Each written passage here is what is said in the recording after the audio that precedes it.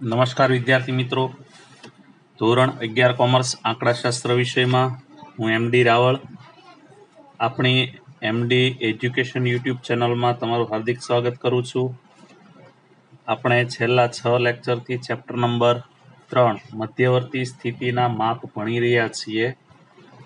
તેમાં આપણે સ્થાનીય સરેરાશના માપો તરફ આવેલા હતા.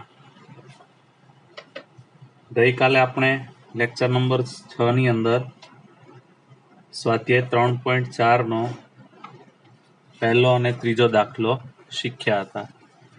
હવે આપણે સ્વાધ્યાય 3.4 નો પ્રશ્ન નંબર 2 શીખીશું. તમારી સમક્ષ પ્રશ્ન નંબર 2 છે. પ્રશ્ન નંબર 2 માં એક સેલ્સમેને છેલ્લા વર્ષમાં જુદા જુદા દિવસોમાં કરેલ મુસાફરીની માહિતી નીચેના કોષ્ટકમાં દર્શાવેલ છે. મધ્યસ્થ Q3 D8 P62 શોધો અને તેનું અર્થઘટન પણ કરો. ચાલો, હવે દાખલાની અંદર સતત આવૃત્તિ વિતરણ આપેલ છે, તો આપણે શોધવાનું છે મધ્યસ્થ Q3 D8 અને P62 અર્થઘટન પણ કરવાનું છે. હવે ઊભી કોલમમાં વર્ગ અને FI આપેલા છે.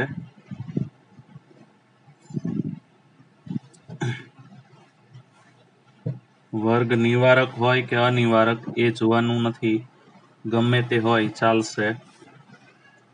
0 થી 100,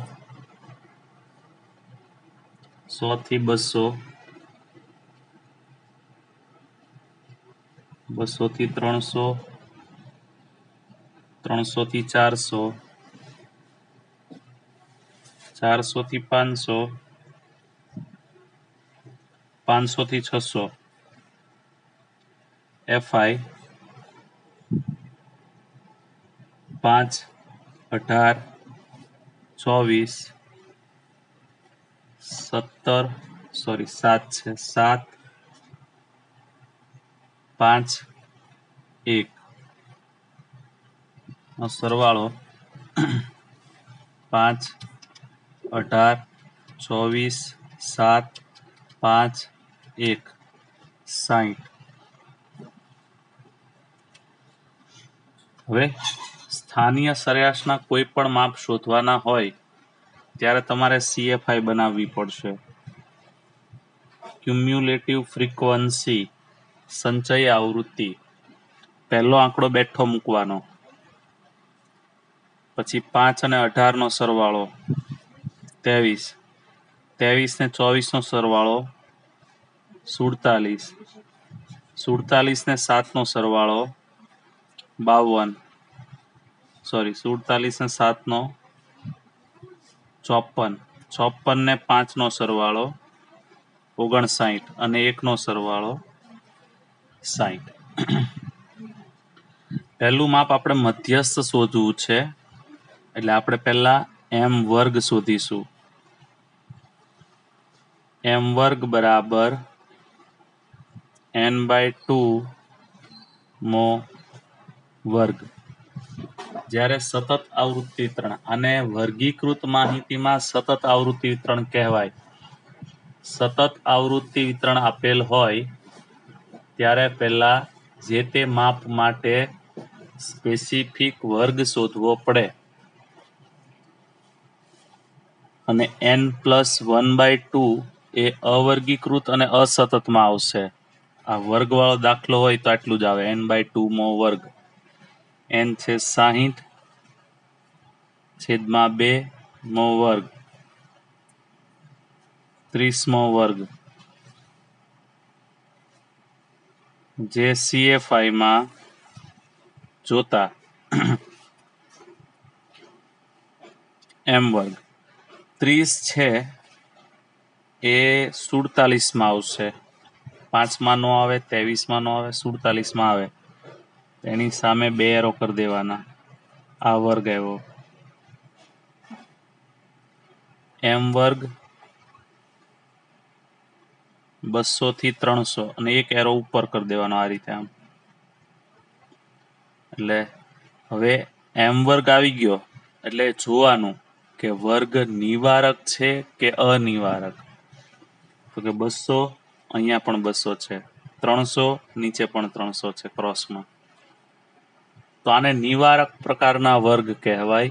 અને જો નિવારક પ્રકારના વર્ગ આપેલા હોય તો આને L કહેવાશે, અધસીમા બિંદુ. અને જો અનિવારક વર્ગ હોય એટલે કે અહીં 199 હોય અને અહીંયા 200 હોય, અહીંયા 299 હોય ને અહીંયા 300 હોય, તો તમારે આ સાઈડથી 0.5 બાદ કરવા પડશે અને આ સાઈડ 0.5 ઉમેરવા પડશે. તો 199.5 આવે તેને L કહેવાશે. ક્યારે? અનિવારક પ્રકારના વર્ગ હોય તો. પણ આ તો નિવારક છે એટલે આને જ L કહેવાશે. m નું સૂત્ર L plus n/2 minus CFI છેદમાં FI ગુણ્યા C. L 200, n/2 30, CFI ઉપરની લેવાની એટલે જ આપણે ઉપર એરો કરાવેલો છે 23, FI સામેની લેવાની, આ FI છે એટલે જ આપણે એરો કરાવેલો છે 24. વર્ગ લંબાઈ આ વર્ગની લેવાની 300 માઇનસ 200 100, 200 પ્લસ બાદ બાકી 7, આ 100 ઉપર ગુણાઈ જાય 24, 700 ભાગ્યા 24, 700 ભાગ્યા 24 એટલે 29.17. આનો સરવાળો 229.17. હવે આનું અર્થઘટન કરવાનું કીધું છે.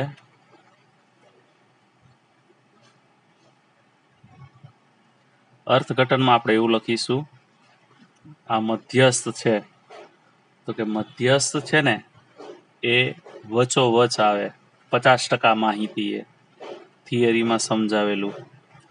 તો એવું લખવાનું 50% અવલોકનોની કિંમત, જવાબ આવ્યો છે 229.17 થી ઓછી છે એમ કહેવાય.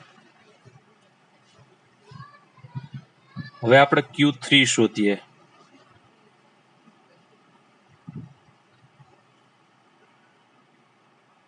આ m હતો. હવે આ જ રીતે Q3, તો પહેલા Q3 વર્ગ શોધવો પડે જેમ m વર્ગ શોધ્યો. Q3 વર્ગ બરાબર 3 n/4 મો વર્ગ. 3 n કેટલા છે? 60 ભાગ્યા 4 એટલે 15, 15 તેરી 45, 45 ને CFI માં જોતા Q3 વર્ગ 45 છે ને એ 5, 23, 47 માં આવે. 45 નો સમાવેશ 5 માં નો થાય, 23 માં નો થાય, 47 માં થાય. એટલે 47 ની સામેનો જે વર્ગ છે તે Q3 વર્ગ આવશે, 200 થી 300. હવે વર્ગ ઓલરેડી નિવારક જ છે એટલે આને આપણે શું કહી દઈશું? L. હવે Q3 નું સૂત્ર Q3 બરાબર L પ્લસ આ n/2 છે ને એવી રીતે અહીંયા 3n/4 આવશે, 3n/4 માઇનસ CFI છેદમાં FI ગુણ્યા C. એલ કેટલા છે 200, 3n/4 45, CFI ઉપરની 23, FI સામેની 24, વર્ગ લંબાઈ 300 - 200 100, 200 પ્લસ 45 - 23 22, આ 100 ઉપર લઈ લો છેદમાં 24, 22 ગુણ્યા 100 2200 ભાગ્યા 24 એટલે 91.67, 200 પ્લસ 91.67, 291.67 આ Q3 નો જવાબ.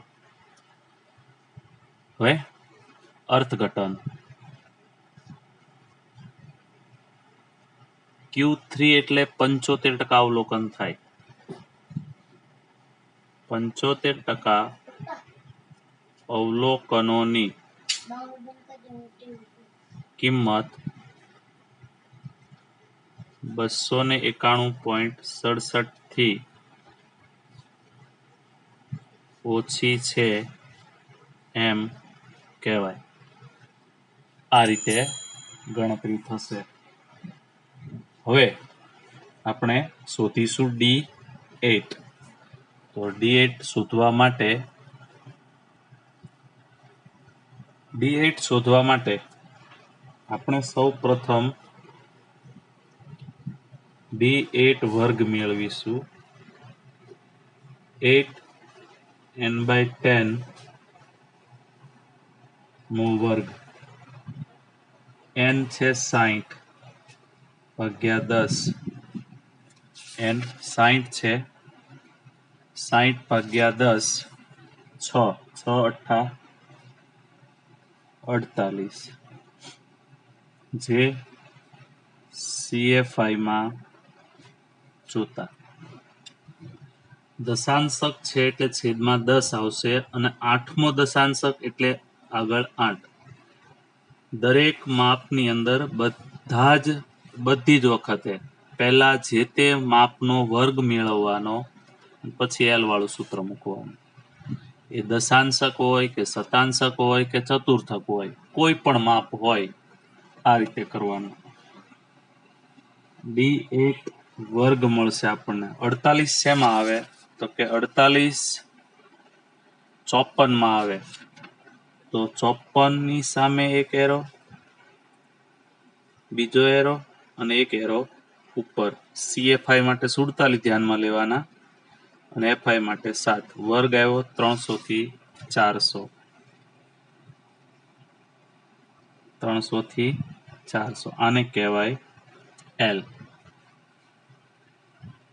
હવે વર્ગ નિવારક છે એટલા માટે. અનિવારક હોય તો આ બાદથી 0.5 બાદ થાય અને પેલી બાદ 0.5 ઉમેરે.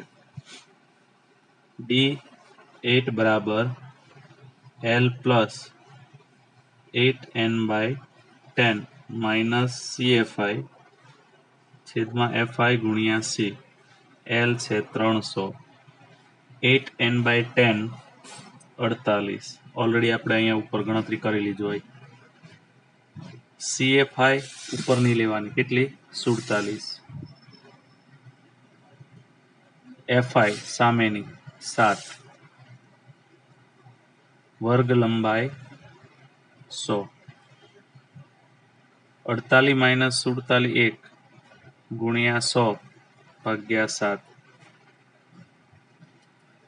100 ભાગ્યા 7 100 ભાગ્યા 7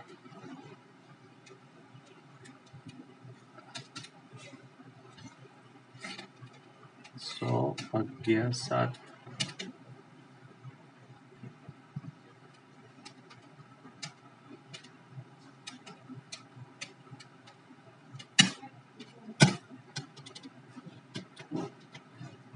14.29 314.29.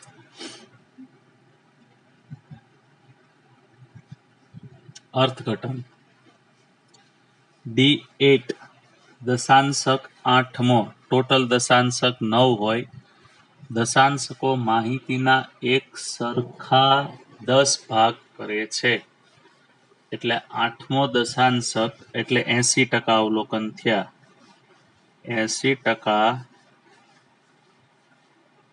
અવલોકનોની કિંમત જવાબ આવ્યો છે 314.29 થી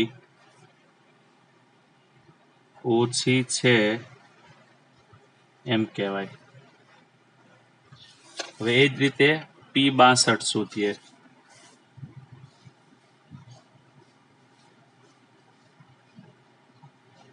P62મો વર્ગ. આગળ 62 ઉપર n ને નીચે શતાંશક છે એટલે 100 મો વર્ગ. સૂત્ર જાતે બનાવી લેવાના. જે માપ હોય આગળ મૂકી દેવાનું. શતાંશક એટલે છેદમાં 100 ઉપર n જ આવે. વર્ગવાળો દાખલો એટલે વર્ગવાળો ન હોય તો n+1 આવે. 60/100 0.60 ગુણ્યા 0.60 ગુણ્યા 62 એટલે આવશે 37. 0.6 ગુણ્યા 62 37 જે CFI માં જોતા P62મો વર્ગ મળશે આપણને. 37 શેમાં આવશે? 47માં. 200 થી 300 24 ને 23. 200 થી 300 વર્ગ નિવારક જ છે એટલે આપણે આને કહી દઈશું L. P62 નું સૂત્ર L plus 62 n/100 minus CFI છેદમાં FI ગુણ્યા C. L છે 200 n/100 37 માઇનસ CFI ઉપરની 23 છેદમાં FI 24 ગુણ્યા વર્ગ લંબાઈ 100. 37 માઇનસ 23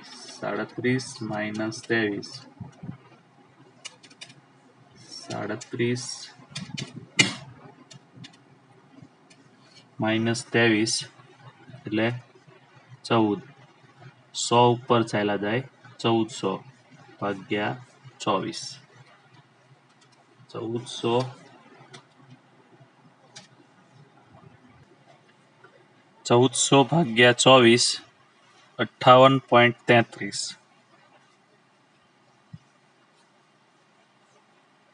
સરવાળો 258.33.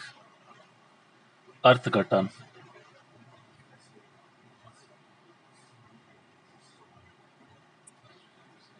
અર્થઘટનમાં P62 છે.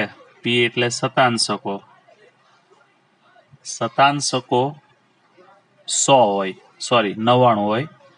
માહિતીના એક સરખા 100 ભાગ કરે એટલે P62 એટલે 62% થાય. 62% અવલોકનોની કિંમત જવાબ આવ્યો છે 258.33 થી ઓછી છે એમ કહેવાય. દાખલાની અંદર અહીંયા કેમ થી ઓછા લખવામાં આવે છે? કારણ કે આપણે રકમમાં જે FI આપી હોય એના પરથી ઓછા પ્રકારની CFI આપણે બનાવીએ છીએ. એટલા માટે થી ઓછા પ્રકારનું સંચય આવૃત્તિ વિતરણ લખવામાં આવે છે. હોમવર્કમાં ઉદાહરણ 17 થી 27 ગણવા દરેક જણે અને ગણી અને જે તે સરને અથવા આસિસ્ટન્ટને व्हाट्सएप કરી દેવા। આજના લેક્ચરમાં આપણે એટલું જ રાખીએ। मिलते हैं छोटे से ब्रेक के बाद। Good bye friends, have a nice day.